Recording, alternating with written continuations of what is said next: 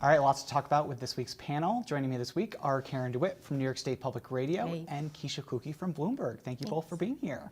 Glad to be here. So first I want to talk about the Assembly hiring a law firm this week to lead its impeachment investigation. There was some controversy over it. The law firm is Polk, Davis & Wardwell, and it basically has ties to, in some respect, Cuomo aides. Karen, can you explain what's going on here? Well, yes, it has ties to the state's chief judge, Janet DeFiore, who, if there is an impeachment trial, would preside over the trial. Her husband was a partner in this firm for 30 years, and Cuomo has appointed him to various boards at SUNY, a casino siting board. So the attorney for one of the women, Charlotte Bennett, said this raises red flags. Is this going to be a conflict of interest that there's ties to Cuomo in this law firm? And Speaker Heastie kind of doubled down on it, said, no, I think it's going to be fair. You know, we vetted this law firm. They're the best law firm to use. I mean, part of it is, I mean, New York City is a big city, but the political world is a small world. Right. And I think you are going to find some connections. But that's the question with the Assembly Speaker. Is he stalling by having this long impeachment investigation with maybe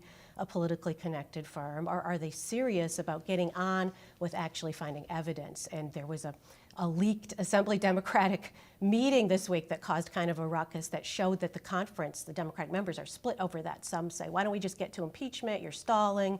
And others, like Speaker Heastie, say, well, it's all about due process. You know, just because I covered the law before, and Keisha's covered a lot, Bloomberg Law, obviously, I think it's going to be really tough to find a law firm that doesn't have ties either to the Cuomo administration or to Democrats in the Assembly or somewhere in the respect of the state court system. So it's just like, to me, I think that you're going to have that supposed conflict. And I should say, I said a top aide to Cuomo. The chief judge is obviously not a top aide to Cuomo. She is the highest appointed judge. But she actually had been a top aide to Cuomo. Yes, yes. She ran his ethics commission. I say his, it's the state ethics commission, but everybody knows Cuomo controls it. So yeah, so actually she does have ties. But you're right, and certainly these big so-called white shoe law firms, people shuffle in and out of them. They get a job there for a while. They're kind of a rainmaker. They get clients. They go back out into public service. So it is kind of a revolving door. I've seen many examples of that. Right. And it could be interesting, too, because they could use, depending on the timing, so the state constitution in terms of impeachment is like very vague, hasn't been used since 1913, so no one living knows what happened, you know, was there to talk about the law behind it. And so the timing of it is going to be really interesting. If the AG's report comes out beforehand, perhaps that could be used as opposed to this separate investigation. But I think it depends on what all of them find.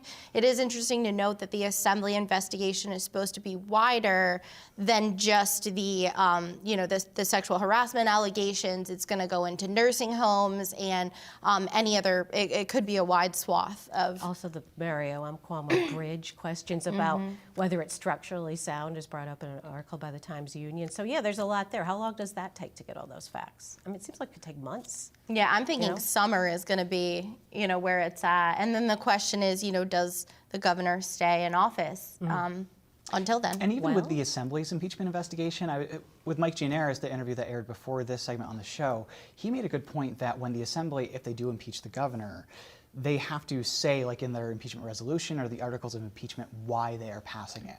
So then that might be a determinative factor of what happens in the Senate when they hold the trial. For example, if they only impeach him in the Assembly, say because of nursing home stuff, and maybe not the majority of the Senate agrees with that impeachment resolution, he could be acquitted at the end of the day.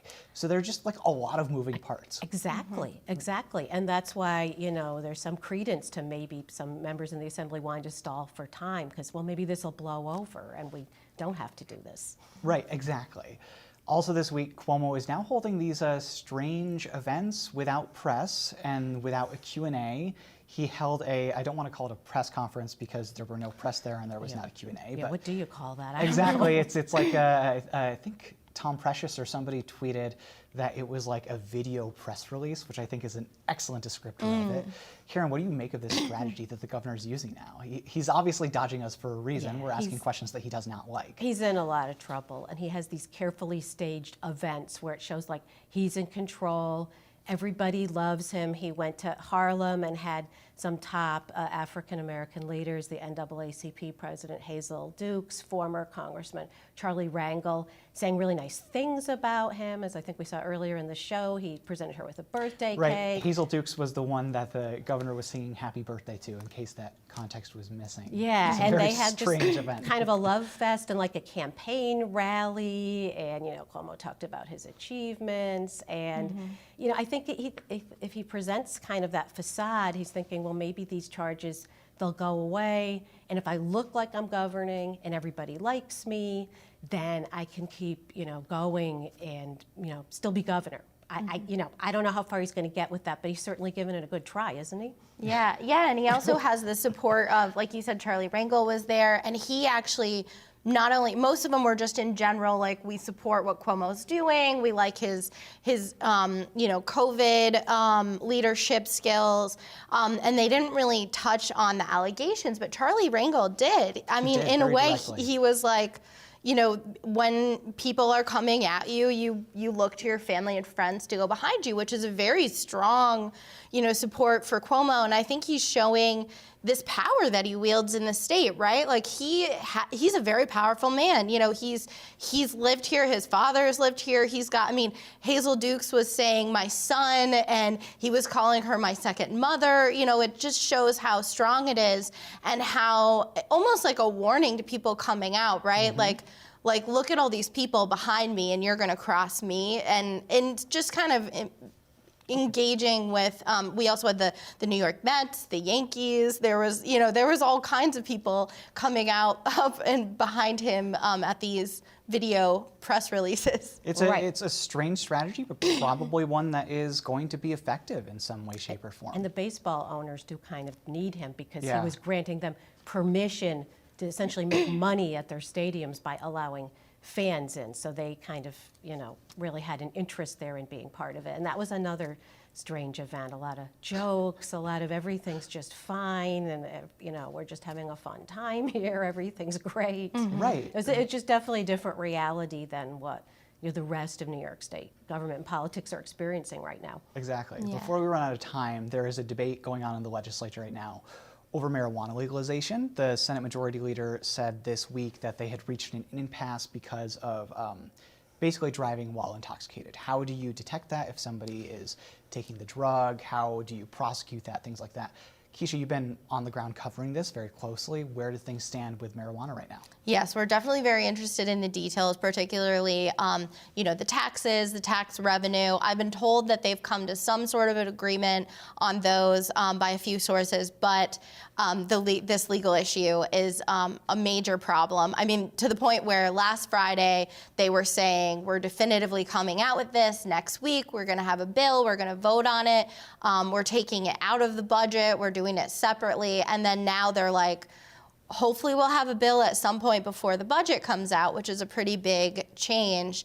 At this point, I'm hearing, any point today into the weekend, but they're really stuck on this and whether to move forward with legislation or to have maybe some sort of a task force. Well, has anybody really resolved the issue of how you test someone if they're essentially Yes, high they while have driving? actually. Okay, A because the last professor time that from- I was reporting on it, I know it was still a debate of how you do it. A professor from Canada reached out to me this week about this, and they use machines up there that are basically like breathalyzers.